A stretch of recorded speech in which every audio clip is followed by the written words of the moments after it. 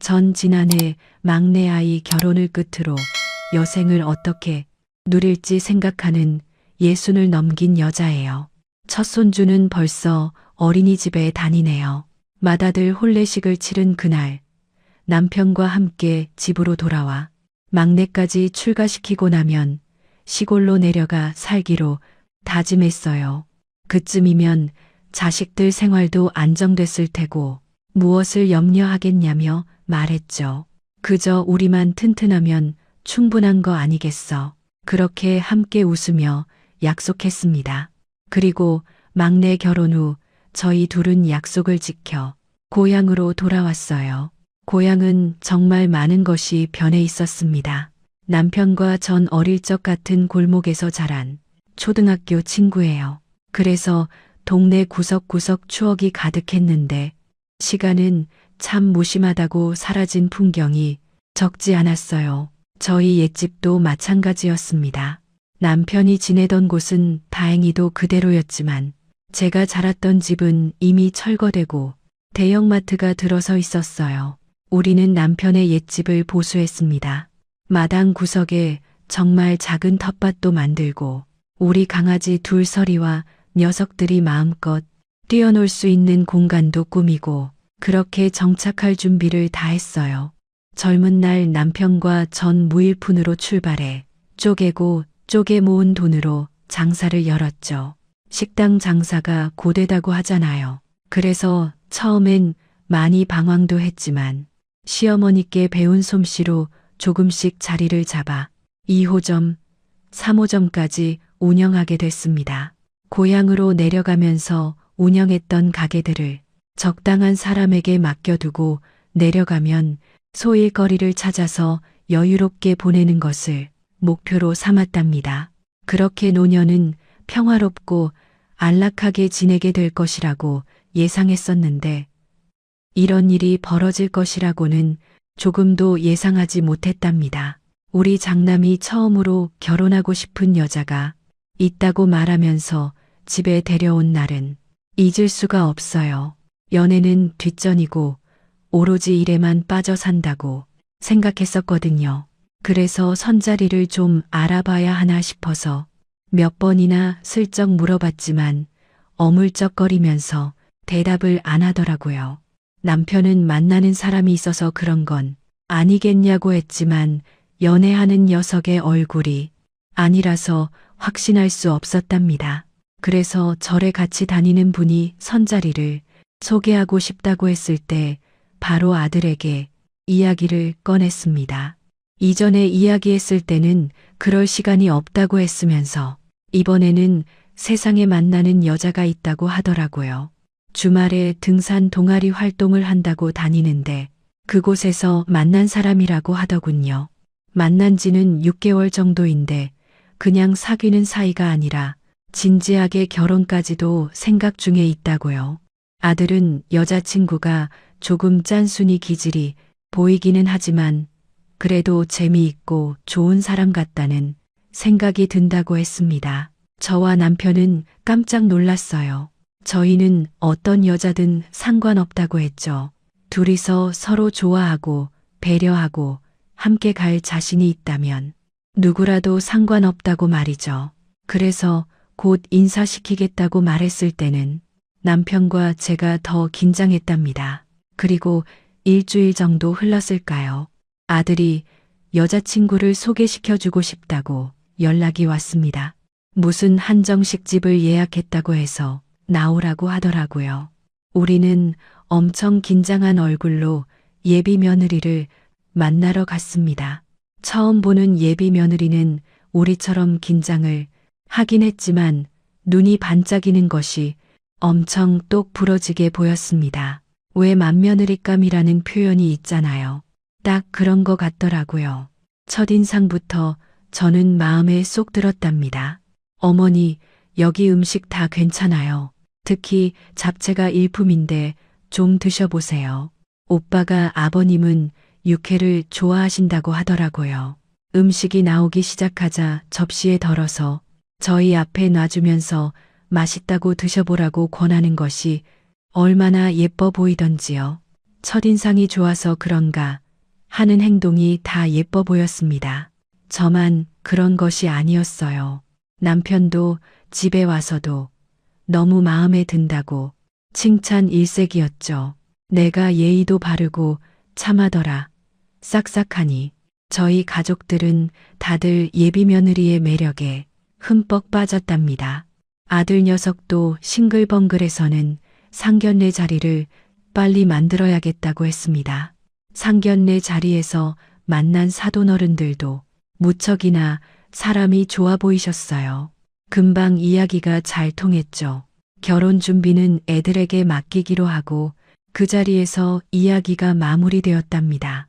우리 때와는 다르게 예물이고 예단이고 요즘 애들 사이에서는 간소하게 하는 편이라고 하더라고요. 스몰 웨딩이니 뭐니 하면서 번잡스럽게 크게 결혼식을 하지도 않고 말이죠. 아이들이 그런 이야기를 처음 꺼냈을 때 저희는 그런 부분을 크게 신경 쓰지 않았어요. 그래서 아이들이 좋을 대로 하라고 했죠. 부모의 입장에서는 제일 좋은 것이 아이들이 무탈하게 알아서 잘 산다면 그것만으로도 충분하다고 생각했기 때문이죠. 다행스럽게 사돈도 크게 따지지 않으시더라고요. 주변에서는 아무리 애들이 알아서 하더라도 예물은 함께 보러 가는 게 좋을 것 같다고 하더군요. 그래서 그날만큼은 저도 함께 갔답니다. 먼저 자식들을 결혼시킨 친구들의 말에 의하면 며느리한테 어지간한 보석 한 세트는 해주는 것이 기본이라고 하더라고요. 몇 가지 보석들을 추천까지 받기도 했고요.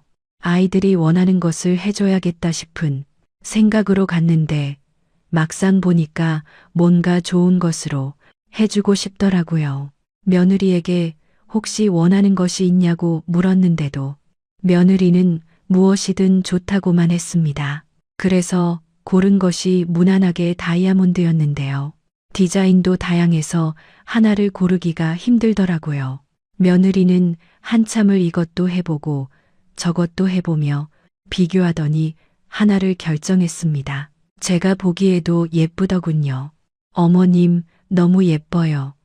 이렇게 예쁜 것까지 해주셔서 감사합니다. 손가락에 끼면서 기뻐하는 얼굴을 보니 가격이 좀 있기는 해도 기분은 좋았습니다. 소규모로 진행되었다고 하더라도 결혼식 당일은 정말 정신이 없었어요. 기분이 좀 묘하더군요. 도대체 이 녀석은 결혼을 언제 하나 고민할 때도 있었는데 말이죠.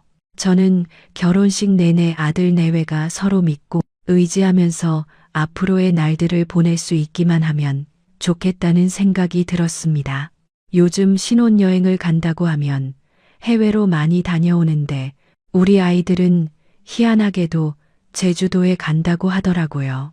의외다 싶었는데 회사에 일이 있어서 길게 자리를 비울 수 있는 여건이 아니라고 했습니다. 저는 그래도 신혼여행인데 섭섭하지 않겠느냐고 물었지만 며느리는 다음에 좋은 곳으로 가면 되지 꼭 멀리 갈 필요 있느냐고 웃기만 했죠. 그런데 신혼여행을 다녀온 아이들이 인사를 하러 왔는데 아들의 얼굴이 좀 이상하더라고요. 화가 난 것 같은데 신혼여행 가서 싸웠나 싶더라고요. 며느리에게 무슨 일이 있었느냐고 살짝 물었는데 며느리는 아무 일도 없었다고 하면서 웃기만 했답니다. 이상하게 아들과는 전혀 다르게 며느리는 멀쩡하더라고요. 그래서 저희도 깊게 묻지 못해서 가만히 있기만 했죠. 아들은 무슨 할 말이 있는 것 같아 보였지만 이내 고개를 저으며 아무 일도 없었다고 했습니다. 아이들이 아니라고 하는데 캐묻기가 뭐해서 그냥 넘어갔죠. 다음 날 집으로 돌아가는 순간까지도 둘 사이는 무언가 묘한 기류가 흐르고 있었습니다. 얼마 후 며느리가 신혼집으로 저희를 초대해서 밥을 먹고 싶다고 연락이 왔어요. 저희는 기쁜 마음으로 찾아갔죠.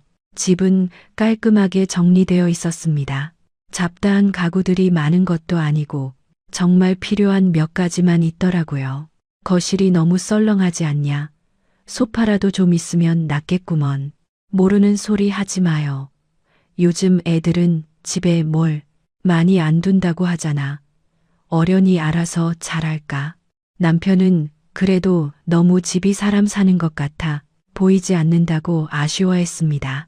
사실 벽에 그 흔한 달력도 시계도 없는 것이 뭔가 딱딱한 느낌을 주는 것도 사실이기는 했습니다. 하지만 며느리 취향이 그런가 보다 했습니다. 식탁에는 여러 반찬을 정갈하게 준비해 두었더군요. 이걸 다 만들었냐고 물었더니 아무것도 아니라고 하면서 입맛에 맞을지 모르겠다고 웃더라고요. 남편도 깜짝 놀라며 말했어요.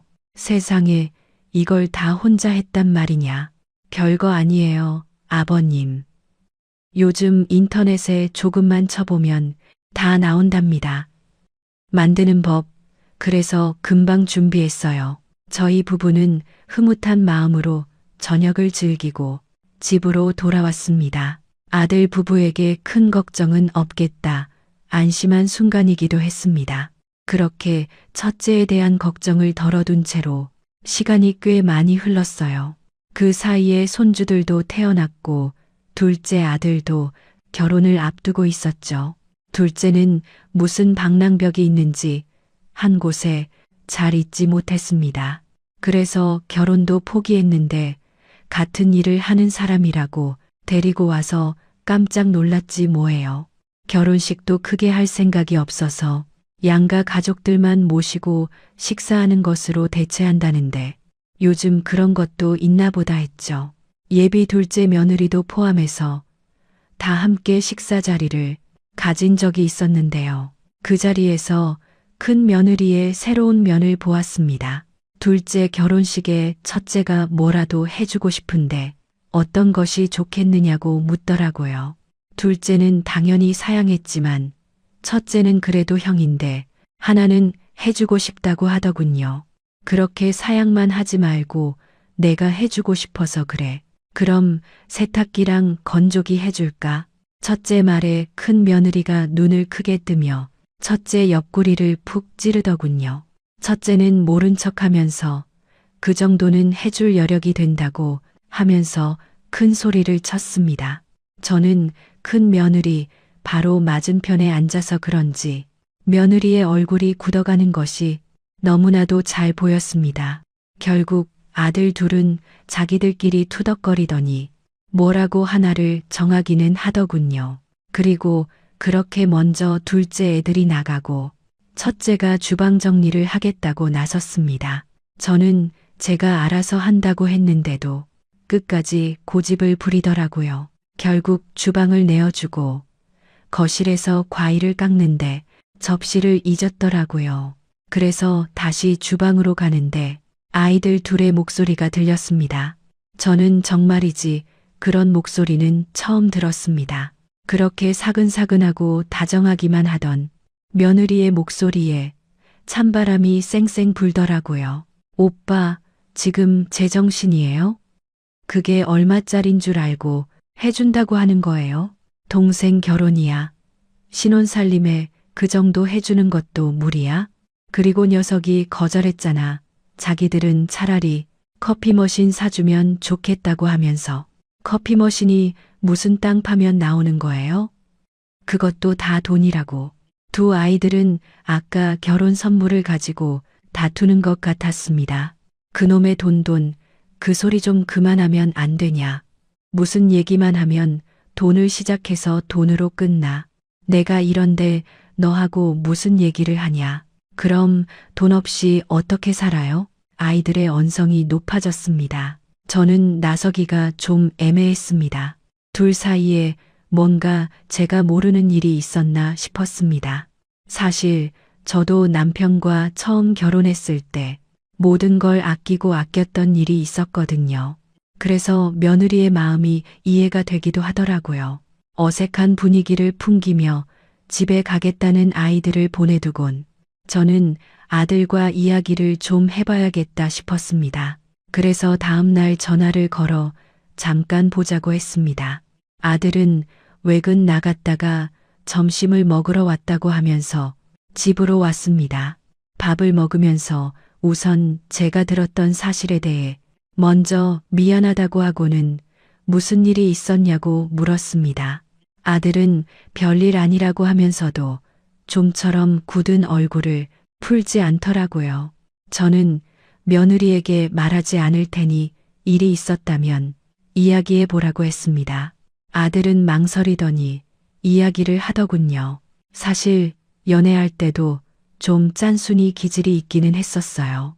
영화 보자고 해도 나중에 다 TV에서 한다고 돈 아깝다고 하고 한 번은 연극 티켓이 생겨가지고 가자고 했는데 그냥 그 표 팔아서 그 돈으로 집에서 영화나 보자고 하는데 아 진짜 아들이 연애 시절 이야기를 풀어내는데 저는 귀엽기만 했습니다. 그런 돈이 아깝게 느껴질 수도 있다 싶었습니다. 원래 연애랑 결혼은 다른 거야. 같이 살기 시작하면 다 그렇게 부딪히면서 사는 거지. 그런 거 다 털어놓고 맞춰 가다 보면 괜찮아져. 엄마, 아빠는 뭐 처음부터 잘 맞았겠니? 다 그런 과정 겪는 거지. 뭐 여기까지 와서 일러주고 그러냐? 너는. 저는 결혼 초반에는 그랬던 경험이 있었답니다. 그렇게 어릴 때 동네에서 어울려 다녀서 서로 잘 안다고 생각했는데 막상 같이 사는데 안 맞는 것들이 어찌나 많은지. 물론 저희도 그런 부분으로 많이 싸웠기 때문에 아들 내외도 충분히 괜찮을 것이라고 생각했습니다. 그런데 아들은 결이 너무 다르다고 말하더군요. 그러면서 하소연하듯이 이야기를 쏟아내기 시작했습니다. 엄마, 근데 그래도 이건 진짜 해도 너무 하잖아요. 화장실에서 볼일 보고 휴지 쓰는 것까지 간섭한다고요. 휴지도 2겹으로 되어 있는 거 한 겹씩 나눠서 쓰라고 해요. 그러면서 대변 보고 나서는 꼭 4칸만 써야 한다고. 그거보다 더 썼다고 하면은 아주 난리도 이런 난리가 없어요.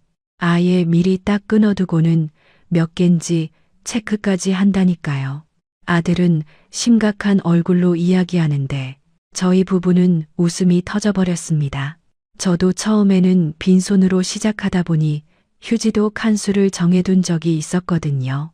며느리처럼 겹을 나눠본다는 생각은 안 했지만 말입니다. 저는 요즘에도 그렇게 사용하는 애가 있는가 싶어서 놀라기도 했습니다. 아들은 저희들을 보면서 이게 웃음이 나올 일이냐며 짜증을 내더군요. 저는 그것 말고 뭐가 또 있느냐고 물었습니다. 아들은 연이어서 계속 이야기를 하는데 점점 더 이건 좀 아니지 않나 싶더라고요. 대표적인 것이 물티슈였어요. 아이들을 키우다 보면 물티슈를 많이 사용하게 되는데 그런 물티슈를 한번 사용하고 나면 빨아서 다시 쓴다고 하더라고요. 위생을 생각하면 말도 안 되는 소리였습니다. 특히 아이를 키우는 집에서 말이에요. 하지만 며느리는 그렇게 하고 있다니 온몸에 소름이 돋더라고요. 그리고 밤 8시가 되면 집안의 불을 일체 켜지 않았는데 그게 다 전기세를 아끼기 위해서라고 하면서 한숨을 내쉬었습니다. 그런 것은 문제라고 하기에는 좀 아닌 것 같다고 말했는데 아들은 집에 와서도 급히 처리해야 할 일이 있는데 며느리가 워낙 컴퓨터 켜는 것도 잔소리라 매번 그런 문제로 싸움이 된다고 했습니다. 문제는 그렇게 화를 내던 며느리도 밤 11시간 넘어서는 뭘 하는지 방을 환하게 밝혀두고는 컴퓨터로 무언가를 정신없이 하고 있다는데 무슨 일인지 아들도 모르고 있었습니다. 샤워를 할 때도 물을 받아서 쓰지 물을 틀어놓고 있으면 무슨 하늘이 무너지는 것처럼 다그치는 편이라 점점 숨이 막힌다고 한숨을 내쉬더군요. 듣는 저의 입장에서는 이게 구두쇠인지 아니면 알뜰하게 살림을 사는 것인지 조금은 혼란이 오기 시작했습니다. 그래도 저는 조금 떨떠름했지만 그래도 아이가 아껴서 딴 걸 할 것처럼 보이지는 않아서 아들을 달래주고 집으로 돌아왔답니다. 집에 와서도 아들의 한숨이 귓가에 계속 맴도는 것 같았습니다. 머릿속이 복잡했죠. 아들이 민감한 것인지 며느리가 도를 넘는 것인지 확신이 들지 않았습니다. 며느리에게 한 소리 하는 것도 영 내키지 않았습니다. 그 이후 한동안은 아들에게서 다른 말이 나오지 않았습니다. 저는 정말로 서로 이야기해서 풀었나 보다 했습니다. 하지만 그것은 저의 착각이었습니다. 하루는 늦은 밤에 아들 녀석에게서 전화가 왔더라고요. 현준 녀석이 열이 너무 심하게 올라서 병원에 왔다고 했습니다. 저는 깜짝 놀라 무슨 일이냐고 물었습니다. 얼마 전부터 열이 자꾸 오르고 기침을 심하게 했는데 오늘은 열이 39도를 넘어서 병원에 왔어요, 엄마. 아, 진짜 내가 미치겠다고요. 애가 이렇게 아픈데 병원비 아깝다고 가지도 않고 그냥 집에서 물수건만 해주고 있었다고요.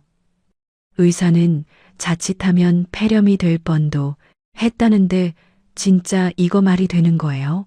저는 충격을 받았습니다. 아무리 그래도 자식이 아프다는데 그렇게 하는 어미가 있다는 게 말이 되나 싶었죠. 저는 무슨 오해가 있는 것 아니냐고 했지만 아들은 펄쩍펄쩍 뛰면서 그제부터 싸웠다고 하더라고요. 병원을 데리고 가자는 아들과 별거 아닌 걸로 병원비 쓰지 말자고 하는 며느리 사이의 말이에요.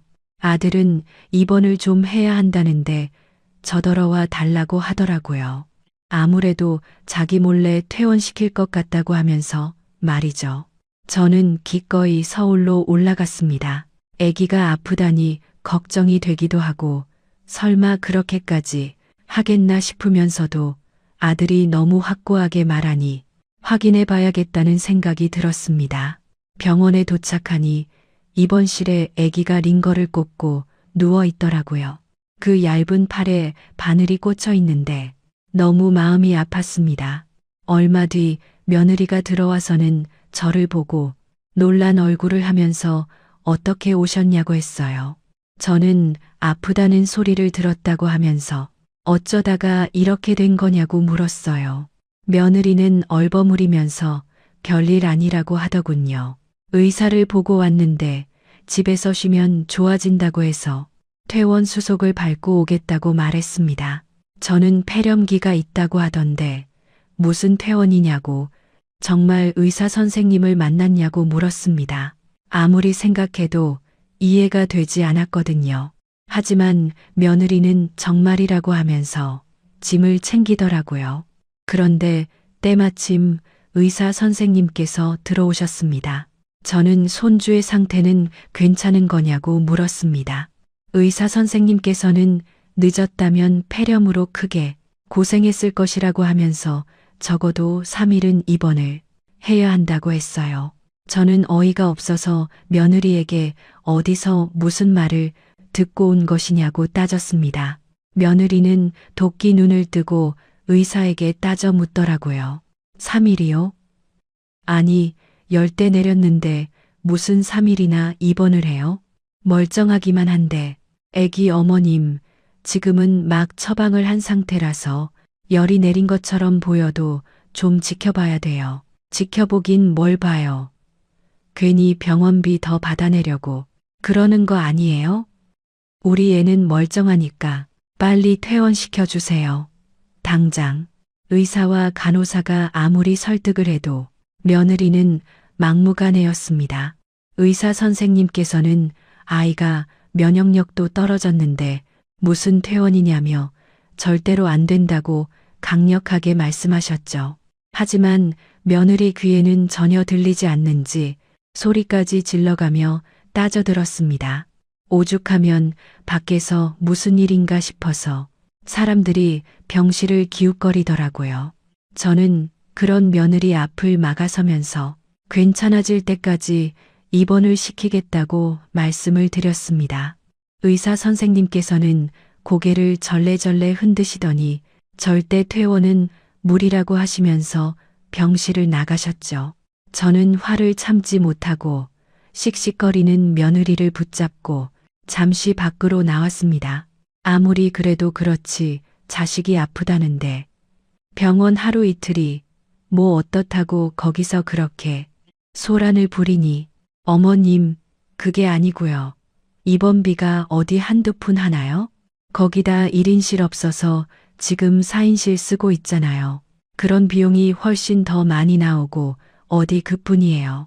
병원식도 양 얼마 되지도 않으면서 비싸기만 비싸잖아요. 그냥 집에 데려가서 너는 도대체 뭐가 중요한지 모르겠니? 그 병원비가 애 건강보다 더 중요해? 저러다 더 탈라면 네가 책임질 거니? 며느리는 끝까지 그럴 리가 없다며 집에 데려가서 씻기고 약 먹이면 금방 좋아진다고 했습니다. 말이 통하지 않는 며느리에게 저는 병원비가 그렇게 걱정이면 내가 낼 테니 그만 좀 하라고 언성을 높였습니다. 그러자 며느리는 입을 꾹 다물고 고개를 숙이더라고요. 저는 아프면 일찍 병원에 데려가란 말도 빼놓지 않았습니다. 괜찮겠지 하고 뒀다가 더 큰일이 될 뻔했다고 말이죠. 며느리는 알겠다고 대답을 하기는 했지만 보는 제 입장에서는 찜찜하기만 했습니다. 사흘 뒤 병원에서는 퇴원해도 된다고 하면서 몇 가지 집에서 주의해야 할 사항들을 알려주었습니다. 며느리는 제가 퇴원 수속을 하고 병원을 나설 때까지도 병원에서 괜히 돈을 더 받으려고 이틀을 연장시켰다고 툴툴거리더군요. 저는 며느리에게 했던 충고가 아무런 소용이 없었구나 싶어 한숨이 나왔습니다. 그날 이후로 저는 큰아들 내외를 좀 더 주의 깊게 지켜보았습니다. 사람이라는 것이 어디 하루아침에 바뀔 수 있나요? 그러던 어느 날 아들이 갑자기 고향으로 내려가 있던 저희를 찾아왔습니다.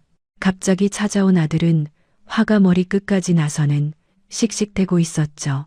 갑자기 무슨 일이라고 묻는 저희에게 아들은 이번에야말로 부끄러워서 얼굴을 들고 다닐 수 없다고 화를 내었어요. 그러더니 최근에 며느리가 어린이집 엄마들과 사이가 나빠진 것 같다고 한동안 집에서 계속 짜증을 냈다고 했습니다. 아들은 무슨 이유인지 물었지만 며느리는 전혀 잘못한 부분이 아무것도 없다고 했습니다.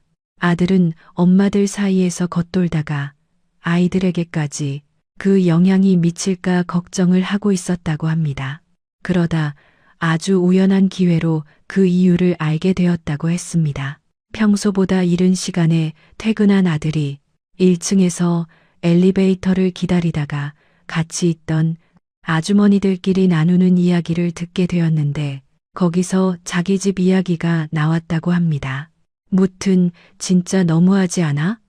하루 이틀도 아니고 뻔뻔하게 같이 밥 먹다가 귀신같이 사라진다니까.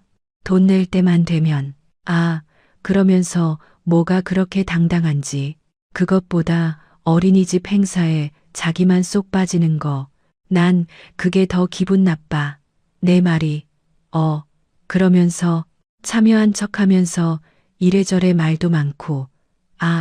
애들은 착한데 난 이번에 그냥 종종 떨어졌어. 한마디 했다고 소리소리 지르면서 완전 눈 뒤집혔던데 봤어? 아들은 엄마들끼리 그런 문제가 있는 것은 둘째치고 동네방네 소리를 지르면서 엄마들이랑 싸운 것이 너무 부끄러웠다고 합니다. 며느리는 엄마들을 양아치 취급하면서 비꼬는 바람에 더 일이 커진 것도 한몫했다고 합니다. 아들은 전말을 다 알고 나니 부끄러워서 도망칠 수밖에 없었다고 했습니다. 돈 귀신 붙었다고 수군거려요. 어린이집 행사에 돈 한 푼 보태는 일 없고 자기들끼리 모아서 뭘 하려고 하면 이름만 슬쩍 올려놨으면서 유세는 다 떤다고 정작 하는 것도 하나 없이 그런 엄마 밑에서 애들이 뭘 배우겠냐고 하는데 제가 진짜 얼굴을 못 들고 다니겠어요. 이래도 참아요. 저는 흥분한 아들을 달래면서 며느리와 이 문제에 대해 이야기해 본 적이 있냐고 물었습니다. 아들은 몇 번이고 말을 했지만 들은 척도 하지 않는다고 했습니다. 저는 혹시 이번 일로 애들이 또래들과 노는데 문제가 생긴 것은 아닌지 물었습니다. 아들은 안 그래도 놀이터에 가면 친구들이 잘 놀아주지 않는다고 울상인데 이런 일 때문에 아니냐고 한숨이었습니다. 하지만 더 큰 문제는 따로 있었습니다. 아들은 알뜰하게 아끼는 것처럼 보여도 결국에는 자신을 위해서만 돈을 쓰고 있다고 하면서 얼마 전 우연히 본 이야기를 했습니다. 바이어들 선물을 구입하기 위해 맡겨둔 물건을 찾으러 갔다가 직접 봤다고 하더군요. 저는 깜짝 놀랐습니다.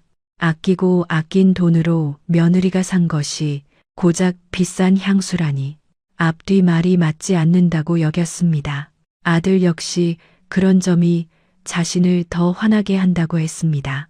저는 며느리에게 전화를 걸어 서울 갈 일이 있어 올라가는데 잠깐 집에 들러도 되겠느냐고 물었습니다.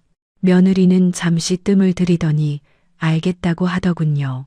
저는 밭에서 가꾼 것들을 조금 챙겨서 올라갔습니다.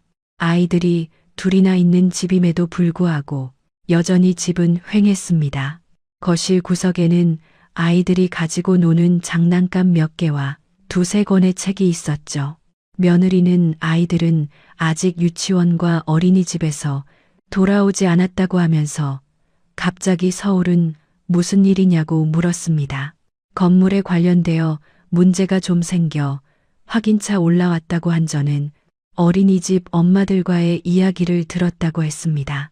며느리는 금세 불만스러운 표정으로 삐죽거렸습니다. 아무것도 아닌 일로 오빠도 참 그걸 어머님한테까지 이야기하다니 진짜 걱정도 사소하다니까요. 그 엄마들이랑은 평생 볼 사이도 아닌데 뭐 하러 분위기 맞춰요. 모여서 뒷담 하나 까는 못된 아줌마들 손절하면 그만이에요. 너는 말을 해도 어떻게 그게 아무 일도 아니래. 엄마들끼리 어색하면 애들한테도 영향이 갈 텐데 벌써 애들이 겉돌고 있다며 놀이터에서 친구들이 잘 안 놀아주려고 한다며 걱정스러운 제 목소리에도 며느리의 반응은 한결같았습니다. 아니, 오히려 당당했어요. 오빠가 그래요. 진짜 별 얘길 다 하네. 그게 뭐 어때서요. 놀아주는 친구 없으면 집에 있으면 되죠. 빨래거리 안 생기고 좋네요. 요즘 물세, 전기세 안 오르는 게 없는데 세제도 아낄 수 있고요. 너 지금 그걸 말이라고 하니? 애들 생각은 안 해? 아직 친구 좋아하고 놀기 좋아할 나이에 눈치 보고 다닌다는데 너는 아무렇지가 않아? 까짓거 어린이집이야 바꾸면 그만이죠. 저는 환경을 바꾸는 것이 아이에게 얼마나 부담인지 몰라서 하는 말이냐고 화를 냈지만 며느리는 별 어려운 것도 아닌데 뭐가 문제냐고 하더라고요. 아이들은 조금도 생각하지 않는 말투에 저는 사람을 잘못 봐도 한참을 잘못 봤구나 싶었습니다. 그러던 와중에 손주들이 돌아왔어요. 아이들은 저를 보자마자 가방도 벗지 않고 달려와 안겼습니다. 방금까지 며느리와 이야기를 하며 올라왔던 화가 단숨에 녹는 기분이 들었습니다. 저는 우리 강아지들 잘 다녀왔냐며 품에 안았습니다. 그런데 아이들의 옷이 좀 이상했어요. 남자 아이들이라 장난이 심해 옷이 금방 더러워진다고 하더라도 좀 그 정도가 심했습니다. 중간중간 구멍 뚫린 데 있었고 전체적으로 낡았다는 인상을 확 받을 정도였습니다. 제가 옷을 살펴보는 것을 눈치챈 며느리는 물려받기를 해서 그렇다고 하면서 구멍 난 부분은 기워 입으면 된다고 하더라고요. 저는 이 정도면 금방 엉망이 될 텐데 하나 사서 입히는 것이 어떻겠냐고 했습니다. 며느리는 애들이 금방금방 자라는데 돈 아깝게 옷에 왜 돈을 들여 사느냐고 하더라고요.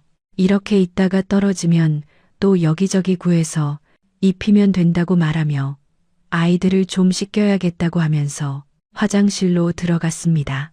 저는 아이들이 벗어둔 가방을 열어보았습니다. 지퍼가 고장이 났는지 제대로 열리지도 않더라고요. 겨우 열었더니 가방도 물려받기를 한 모양인지 내부가 여기저기 덧댄 흔적이 보였습니다. 아무리 아낀다고 해도 이렇게까지 할 필요가 있을까 싶은 생각이 들었습니다. 저는 아이들 방으로 들어갔습니다. 방 안에는 옷장 하나, 책상 하나, 책상으로 쓰는 것인지 좌식 상이 하나 있을 뿐 아무것도 없었습니다.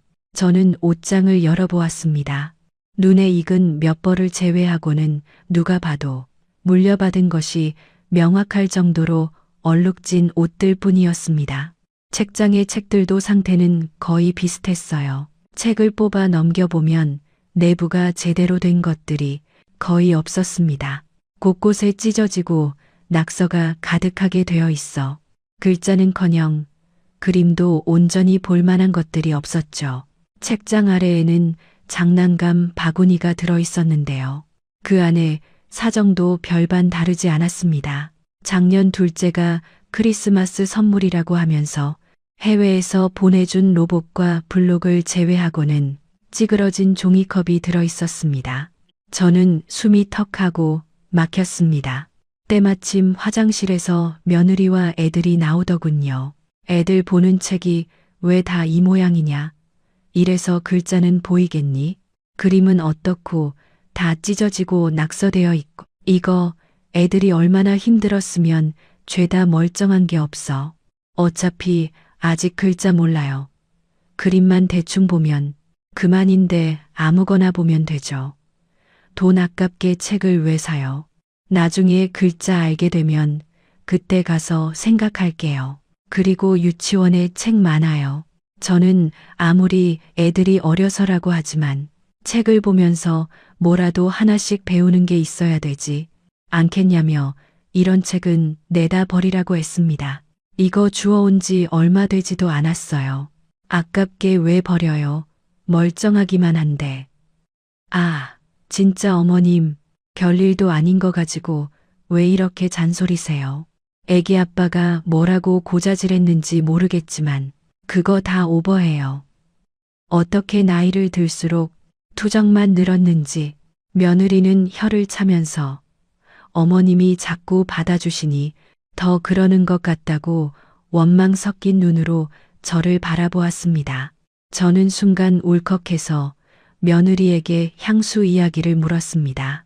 그렇게 돈이 아깝고 아껴야 한다고 했으면서 그 돈으로 명품관을 다녀오냐고 말이죠. 물론 며느리는 딱 잡아댔습니다. 자기가 언제 그렇게 했느냐고 말하면서 절대 그런 적이 없다고 하더군요. 저는 명품관에서 향수를 사고 나오는 모습을 아들이 직접 봤다고 말했습니다.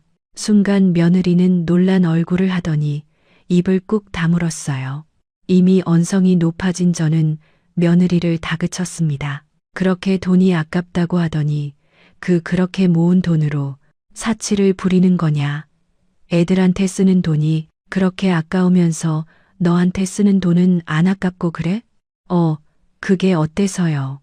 저희 집 살림, 제가 뭘 하든 어머님이 무슨 상관이세요? 그렇게 하는 게 잘못된 일은 아니잖아요. 제가 사고 싶어서 샀어요. 그러려고 아껴봤어요. 문제 있어요? 며느리는 정말 모르겠다는 얼굴을 하면서 제게 따졌습니다. 저는 자기 자식들에게까지 그렇게 인색하게 굴면서 명품관에 다니는 것이 옳은 일이냐고 물었지만 대답은 한결같았습니다. 무엇이 잘못되었는지 전혀 모르겠다고 말이죠. 한술 더 떠서 왜 제가 자기 집 일에 간섭을 하는지 기분이 나쁘다고까지 했습니다. 며느리와의 대화는 계속 제자리였습니다. 그렇게 저는 큰 소득도 없이 집으로 내려와야만 했습니다. 저는 이런 제 마음을 막내에게 털어놓았습니다. 요즘 사람들은 어떻게 생각하는지 궁금하기도 했거든요. 막내는 진절머리가 난다는 듯이 온몸을 흔들고는 제게 포기해야 할 것이라고 하더군요. 엄마, 내가 말 안 하려고 했는데 언니 좀 심해. 그거 병이야, 불평. 이번에 결혼할 때 첫째 언니. 진짜 너무하더라고. 내가 뭘 바란 건 아니지만 그래도 5만 원 봉투는 너무하지 않아? 결혼하는데 보태라고 하면서 저는 처음 듣는 이야기에 깜짝 놀랐습니다. 막내는 시아버님 혼자 계시다고 시댁에 들어가서 살기로 했었거든요. 사돈께서 아무것도 필요 없이 신혼방만 꾸며서 들어오라고 하셔서 정말 신혼살림 하나 없이 침대에 옷장, 화장대 딱 이것만 해서 갔었습니다.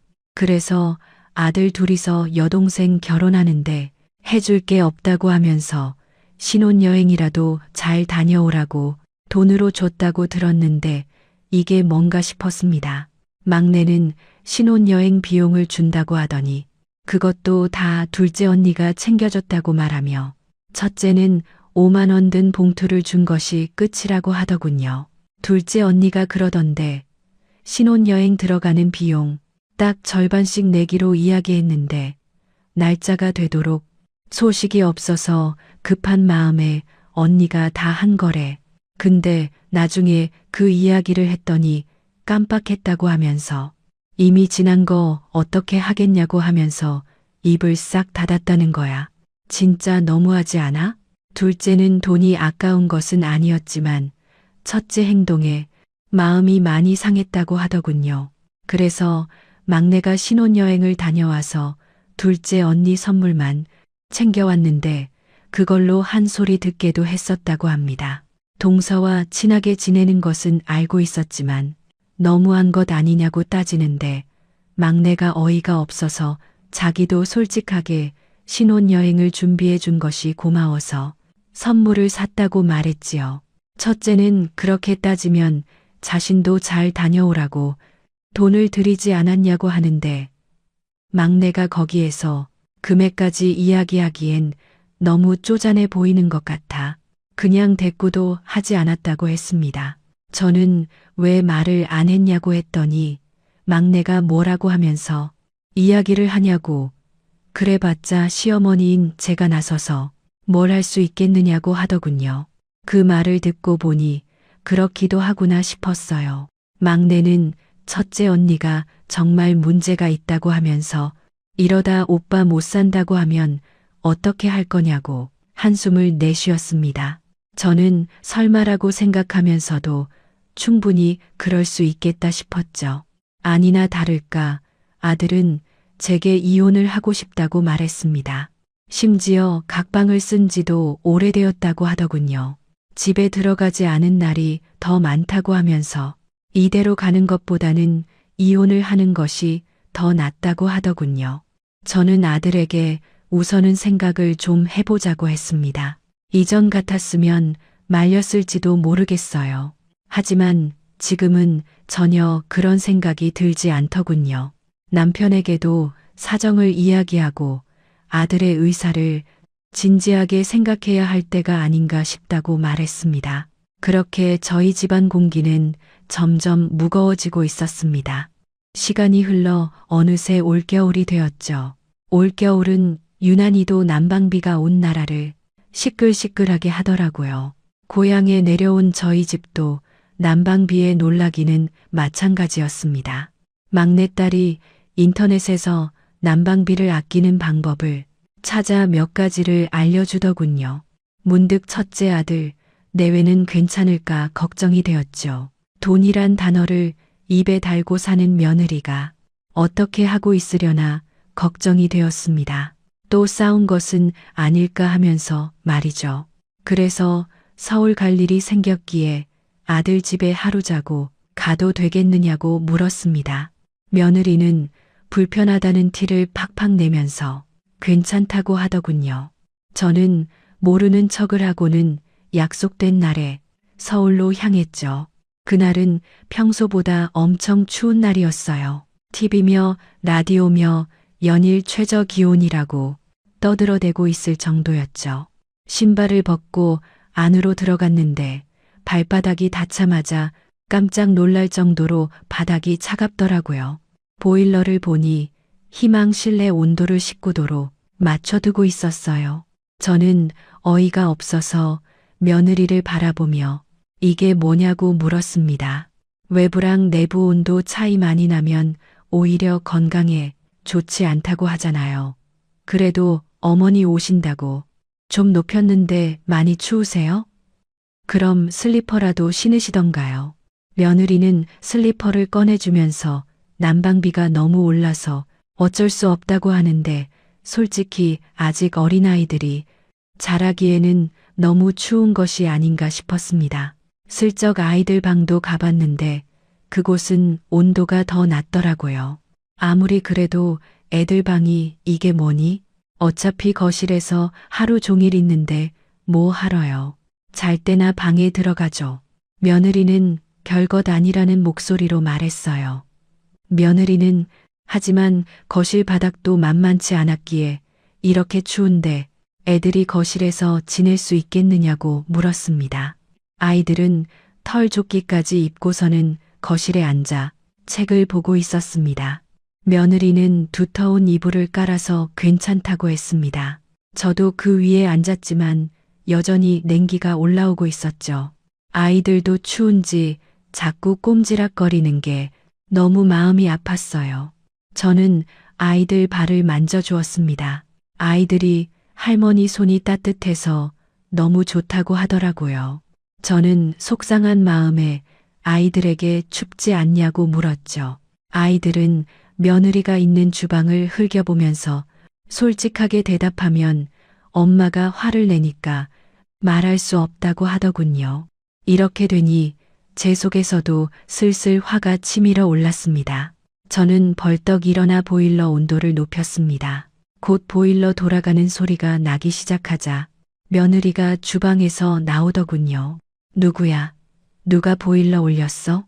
내가 그랬다. 애들 춥다고 바들바들 떠는데 그럼 그대로 두니?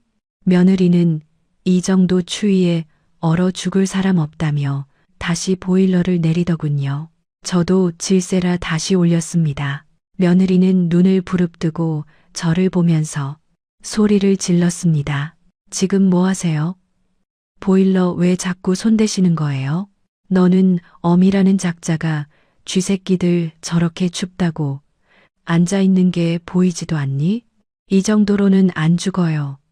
난방비가 얼마나 비싼데 보일러를 막 트세요. 뉴스도 안 보세요? 이러다 감기라도 들면 애들 아프게라도 하면 어떻게 하려고 그래.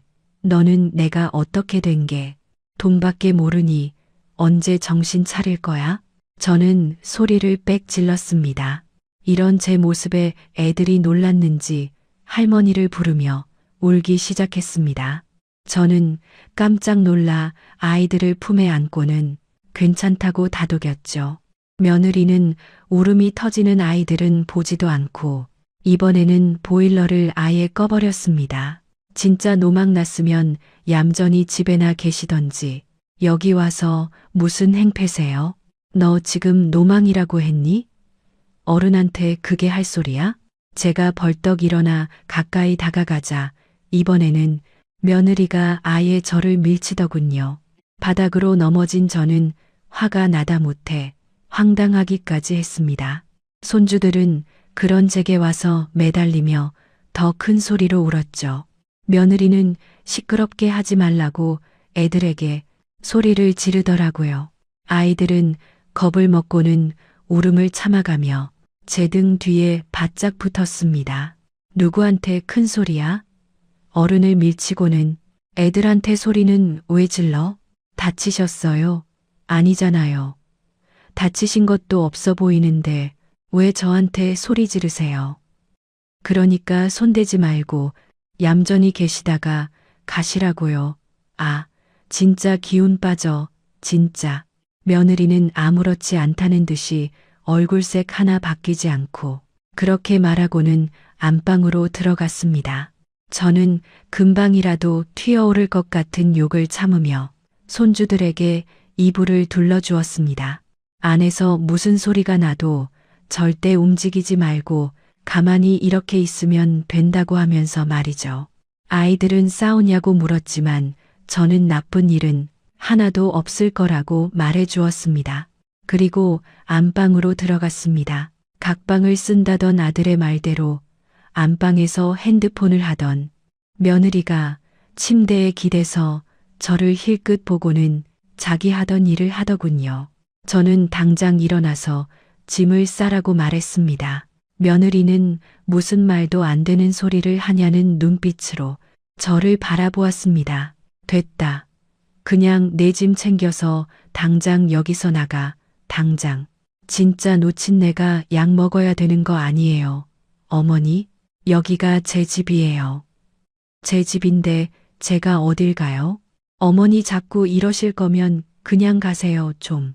진짜 사람 성가시게. 어디 있어? 여기 내가 너희한테 해준 집이야. 내 집이라고. 그러니까 썩 꺼져.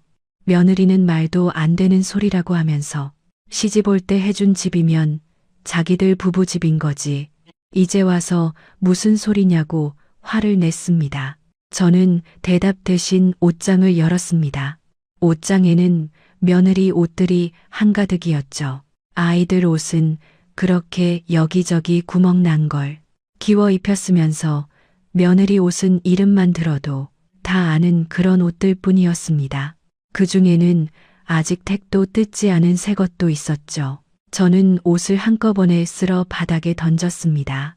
그리고는 구석에 있던 큰 캐리어도 함께 꺼냈습니다. 지금 뭐 하시는 거예요? 진짜 노망났나? 왜 이러세요? 내 말이 말 같지 않아? 당장 나가라고. 이것들 다 가지고 내 집에서 나가. 꼴도 보기 싫으니까. 저는 날뛰는 며느리는 보지도 않고 옷장에 있는 것들을 다 꺼냈습니다. 아들이 봤다고 하던 향수들도 상자째 그대로 있더라고요. 며느리는 혹여나 향수를 던지나 싶었는지 제게 달려들어 상자를 빼앗아 품에 안았습니다. 여기에 내 명의로 된 내 집이야. 너희한테 집 준다고 했지. 그게 너의 명의라고는 안 했다. 그러니까 여기 내 집이라고. 며느리는 거짓말이라고 소리를 질렀습니다. 저는 아들에게 전화를 걸어 이곳 명의가 누구냐고 물었죠. 아들은 영문도 모른 채 엄마 명의라고 답하면서 무슨 일이냐고 물었습니다. 저는 대답 대신 지금 들어오라고 하고는 전화를 끊었습니다. 며느리는 아무 말도 안 하더군요. 저는 이제 다 알았으니 당장 짐을 싸서 나가라고 했죠. 꼼짝도 않는 며느리를 대신해서 저는 캐리어에 옷을 쑤셔 넣기 시작했습니다. 그러자 며느리가 갑자기 제 다리를 붙들고 늘어져서는 잘못했다고 앞으로는 시키는 대로 하겠다고 하면서 싹싹 빌기 시작했습니다. 어머니, 어머니, 제가 잘못했어요. 제가 정신이 나갔었나 봐요. 어머니, 진짜 딱 한 번만 용서해 주세요. 다시는 안 그럴게요. 저는 모질게 뿌리치면서 더 큰 소리 나기 전에 당장 나가라고 했어요. 며느리는 죽어도 못 나간다고 버티더군요. 저는 그런 며느리를 뒤로하고 가방을 챙겨 밖으로 나갔습니다. 며느리가 안 된다고 못 나간다고 난리였지만 저는 단호했죠. 곧 아들이 들어왔습니다. 저는 당장 며느리를 끌어내라고 했습니다. 아들은 이게 다 무슨 일이냐고 물었지만 저는 당장 친정에 데려다주고 오라고 했죠. 아들은 눈물범벅이 된 아이들을 보더니 며느리를 끌고 나갔습니다. 그제야 집이 조용해졌어요. 고요해진 집에는 보일러 돌아가는 소리만이 울리고 있었죠. 한참이 지나서야 아들이 돌아왔습니다. 그 사이 저는 칭얼거리던 애들을 따뜻하게 데운 방에 눕혀 재웠습니다. 뭐 이게 다 무슨 소리예요. 이혼이라니요. 저는 낮에 이를 말했습니다. 얼마 전까지 이혼을 생각하고 있던 아들은 막상 제 입에서 그런 말이 나오자 망설이는 것이 보였어요. 엄마 없는 아이들을 만들 자신이 없다는 것이었죠. 저는 아이들을 아예 제가 데리고 내려가도 되고 그게 불편하면 남편과 의논해서 다시 서울로 옮겨오겠다고 했어요. 저는 엄마로서 자격이 없는 며느리를 더 이상은 보고 싶지 않다고 했죠. 아들은 잠깐 시간을 달라고 했습니다. 저는 따로 며느리를 만날 생각은 하지 말라고 하면서 혹시라도 찾아오거든 제가 만나겠다고 했어요. 하지만 아들은 자신이 해결할 수 있다고 했죠. 저는 다음날 손주들을 데리고 집으로 돌아왔습니다. 남편은 갑자기 나타난 손주들의 모습에 놀라면서도 제 이야기에 화를 참지 못했어요. 다 필요 없으니 그냥 여기서 키우자고 하더군요. 저는 아들에게 시간을 좀 주고 기다려 보자고 했습니다. 그리고 일주일이 흘렀어요. 아들은 좀처럼 소식이 없더군요. 여기 오자마자 제일 먼저 한 일은 손주들을 데리고 가서 장난감과 책을 사주는 것이었습니다. 옷도 새로 사 입혔고요. 그날 아이들의 방을 본 것이 아직도 잊혀지지 않습니다. 손주들은 엄마가 보고 싶단 소리를 한 번 하지 않고 매일 신나게 놀았어요. 갑자기 데려온 곳이라 혹시나 엄마를 찾으면서 우는 것 아닐까. 그럴 때는 어떻게 해야 하나 걱정이었습니다. 슬쩍 엄마 이야기를 물어도 엄마는 화만 내서 무섭다고 하는데 가슴이 찢어질 것 같았습니다. 아들에게 정리 중에 있다는 짤막한 문자를 받고 모든 것이 정리되면 어떻게 해야 할지 진지하게 이야기를 해봐야겠다 싶었습니다. 그러던 중이었습니다. 갑자기 며느리가 찾아왔어요. 어머니, 진짜 제가 잘못했어요. 다시는 안 그럴 테니까 딱 한 번만 용서해 주세요. 진짜 잘못했어요. 며느리는 마당에서부터 싹싹 빌면서 용서를 해달라고 했습니다. 저는 급하게 아이들을 안으로 들여보냈죠. 아이들 소리가 들리자 며느리는 더 크게 소리를 지르면서 용서를 해달라고 빌더라고요. 저는 지금 이러는 것이 잘못을 비는 것인지 아이들을 가지고 제게 위협을 하는 것인지 구분이 되질 않았습니다. 제게는 마치 아이들 들으라고 외치는 것 같았거든요. 진짜 네가 잘못했다고 생각하니? 그럼요. 잘못했어요. 무조건 다 제가 잘못했어요. 며느리는 잘못했다고 하면서도 자신의 잘못에 대해서는 한마디도 하지 않았습니다. 저는 다 필요 없으니 하루라도 빨리 이혼 서류 제출하고 양육권이든 친권이든 모든 것을 바라지 말라고 했습니다. 제가 고집스럽게 나가자 며느리도 돌변해서 동네가 떠나가라 외치더군요. 돈 좀 있다고 이렇게 업신여겨도 되는 거예요? 잘못했다고도 하는데 기어코 자식을 이혼시키고 그럼 당신 자식은 멀쩡하게 살 수 있을 것 같아. 내가 없는데. 당신 아들 나 아니면 아무것도 아니야, 알아? 남편은 지금 며느리가 무슨 말을 하는 거냐면서 금방이라도 뛰쳐나가 머리채를 잡을 기세였습니다. 저는 며느리에게 세상 사람들 다 들으라는 식으로 그렇게 해도 변하는 것은 아무것도 없을 것이라고 단호하게 말했습니다. 동네 사람들에게 욕을 먹더라도 절대 너희 부부는 이혼시키겠다고 못을 박았답니다. 자꾸 소란을 피우면 경찰을 부르겠다고까지 했죠. 며느리는 사람들 보이는 낌새가 보이자 더 난리를 치며 마당에 드러누웠습니다. 저는 눈 하나 깜짝하지 않았습니다. 그렇게 1시간이 흘렀을까요?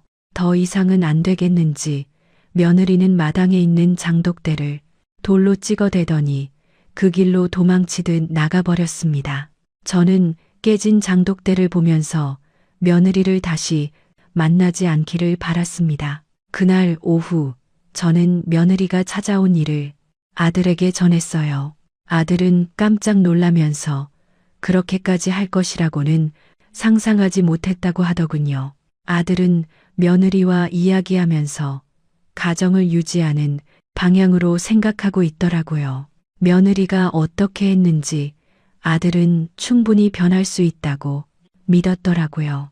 거기다 사돈 어른들도 나서셔서 2번 다시 이런 일은 만들지 않겠다고 하시니 생각이 흔들리는 것도 당연했습니다.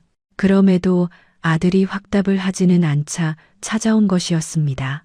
아들은 자신이 어리석었음을 자책했어요. 저는 이혼 소송을 하는 한이 있더라도 빨리 끝을 보라고 했습니다. 특히 양육권과 친권은 아무것도 주지 말라고 말이죠. 시간이 흘러 아들은 합의가 안 돼서 이혼 조정을 진행한다고 말했어요. 여전히 며느리 측은 이혼은 불가능하다며 이혼을 원한다면 살던 집의 소유권을 자신 앞으로 넘기라고 요구한다고 전해 들었습니다. 역시 재산이 목적이었구나 싶었어요. 하지만 제가 충격받은 건 따로 있었어요. 바로 아이들 양육권과 친권 모두 원하지 않는다는 사실이었습니다. 아들 말로는 가장 빨리 서명한 게 바로 양육권과 친권 포기 문서였다고 하더군요. 역시 어미 될 사람이 아니구나 느꼈죠. 저렇게 자기만 생각하면서 무슨 엄마냐고요. 솔직히 며느리가 집 얘기를 꺼냈을 때 고민하지 않은 건 아니었어요. 제가 그 집을 넘겨줘도 문제는 없었거든요. 그래도 며느리한테는 한 푼도 주고 싶지 않았습니다. 그것 때문에 합의가 안 돼서 아직도 조정이 진행 중이에요. 곧 판결이 나온다고는 하는데 제발 좋은 결과가 나오길 기도할 뿐입니다. 그리고 무엇보다 앞으로 2번 다시 우리 아들과 손주들 삶에 나타나지 말았으면 합니다. 이번 건으로 사람을 잘못 만나면 어떻게 되는지 뼈저리게 깨달았습니다.